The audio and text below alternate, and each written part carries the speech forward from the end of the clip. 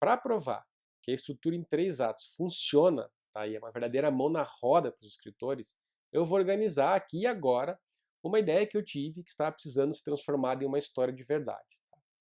Afinal, quem sabe faz ao vivo, né? Então vem comigo, vamos lá. A minha ideia, tá, é escrever uma história sobre esse cara que é misógino e bem cínico. Ele tem raiva da ex-mulher, mas aí ela acaba morrendo e ele quer se vingar de quem a matou. O que eu queria com isso era criar uma trama que falasse ali um pouco de machismo, de preconceitos contra a mulher e desse vazio que os homens modernos sentem, né, e coisa do tipo. Como você pode ver, é um monte de coisa bagunçada, um monte de conceitos misturados, mas que eu acho que tem potencial. Então, como nós poderíamos começar a arrumar tudo isso? Primeiro, eu pensaria sobre o que da história, né? Do que ela se trata em poucas palavras. Resposta: de um homem misógino que quer vingar a morte da ex-esposa para ter paz de espírito. Simples, tá? E quando e onde se passa essa história? Nos dias de hoje, em uma cidade grande ali, mas eu quero que seja meio decadente, tá? E qual seria o gênero e tom da narrativa? Eu imagino algo mais pesado, assim, mais cru, mais sombrio, tá? Dentro do gênero investigativo ou crime, tá? Beleza, né? Eu acho que dá pro gasto, então vamos aprofundar. Quanto ao quem, né? Essa seria a história do Cornélio, tá? Um homem tóxico, agressivo e amargurado pela vida, que se agarra à necessidade de provar constantemente que ele é um homem de verdade, tá? E por que ele é assim? Porque ele teve uma experiência fracassada em um relacionamento e porque ele conviveu com um pai machista, tá? Entre outras cositas más. Tá? Mas tá bom para a gente iniciar. Então, como que a gente organiza isso no como, né? Naquela estrutura? Começando pelo ato 1, a gente teria que estabelecer o status quo, lembra? Então eu começaria o meu livro mostrando quem é o personagem principal e o que ele faz. Na minha cabeça, o Cornélio estaria ali na cama com alguma mulher, meio bêbado assim, tratando ela um pouco mal, como se ele a visse só como um objeto sexual. Eles estariam em um quarto de classe mais baixa, no que é aparentemente o tempo presente. Depois do sexo, ele mandaria a mulher embora e iria na sala fumar um cigarro e beber junto com o pai. Nessa conversa, a gente vê que o pai também é um cara machista. E o Cornélio vive desse jeito, meio lixo, assim, envolto por bebidas e transa sem sentido, até que um dia a polícia bate na porta dele e o leva em cana como suspeito da morte da ex-esposa. Então aqui a gente tem aquele acontecimento que afeta a rotina do Cornélio. Mas a gente descobre que o Cornélio já agrediu a mulher no passado, inclusive essa foi a razão do divórcio, só que ele sempre jogou toda a culpa nela, né, porque ele bateu nela quando ele flagrou ela com outro cara. Os policiais então interrogam o Cornélio e logo fica claro que não pode ter sido ele o assassino, porque ele tinha álibi. Tá? Na noite do crime, ele estava bêbado, desmaiado no quarto lá com 2 garotas de programa e essas mulheres acabam confirmando a história, então ele está solto. Tá? Mas embora aliviado, né, aliviado por se livrar dessa situação, o Cornélio fica profundamente incomodado com a morte da ex-mulher, principalmente depois de descobrir que ela foi estuprada e espancada até a morte, e que parece que a polícia não está fazendo muito esforço para achar o culpado.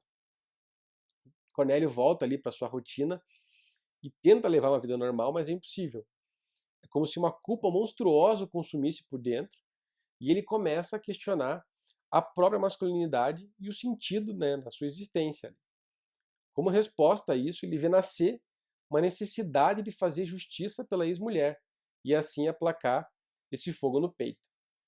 Aí a gente iria para o ato 2, tá? Que traria o Cornélio investigando sobre o que aconteceu e se deparando com obstáculos. Que veja só, que ele precisaria descobrir mais sobre o que a ex-mulher andava fazendo. Para isso ele ia ter que falar com as amigas dela, talvez ter acesso ao celular dela, de repente até entrar escondido na casa para procurar pistas.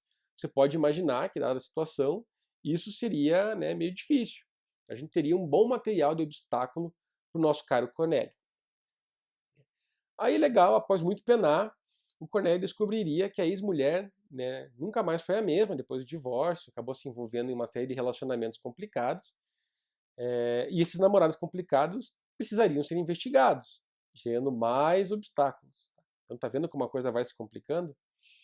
O Cornélio, por fim, descobriria que a ex-mulher estava usando um aplicativo de celular para marcar encontros de uma noite com homens, numa tentativa inútil assim de preencher um vazio afetivo. Isso traria mais uma camada de obstáculos, além de fazer o Cornélio se questionar sobre a sua responsabilidade em tudo isso. Finalmente, lá para o final do ato 2, o Cornélio abordaria um homem com quem a ex-mulher se encontrou diversas vezes. E acreditando ser mais um amante dela, o Cornélio vai até esse cara. Mas na verdade o homem era um terapeuta. E Cornélio entende ali que a mulher estava tentando curar as feridas do passado. Inclusive o terapeuta havia recomendado para a mulher que ela fosse atrás do Cornélio para que eles conversassem, pudessem se perdoar e aí seguir adiante. E foi o que ela fez. Ela foi atrás dele na última noite da sua vida. Aqui temos então a mudança para o ato 3, quando o Cornélio começa a ligar as pontas. Puxa, então foi por isso que a polícia me viu como suspeito, ele pensa. Mas se ela foi até minha casa e eu não atendi porque eu estava bêbado, quem atendeu? Resposta, o pai.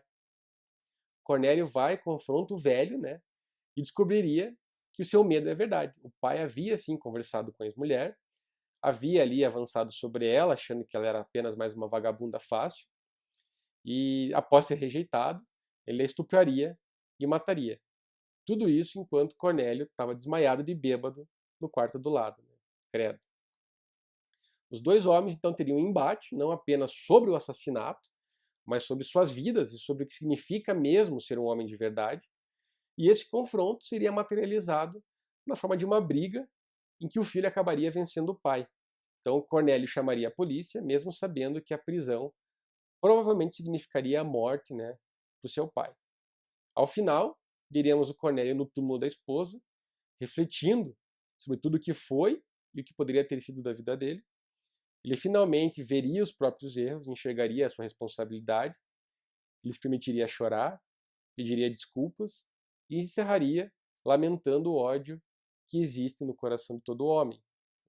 Assim, com um arco de mudança completo e com um novo status quo, encerraríamos a história.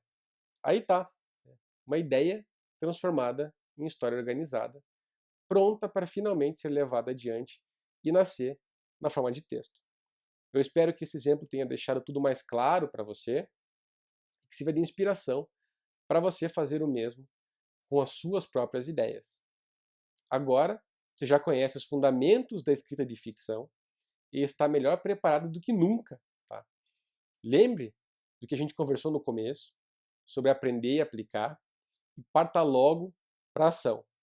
É a melhor forma de cristalizar todo o conhecimento que você acabou de ganhar.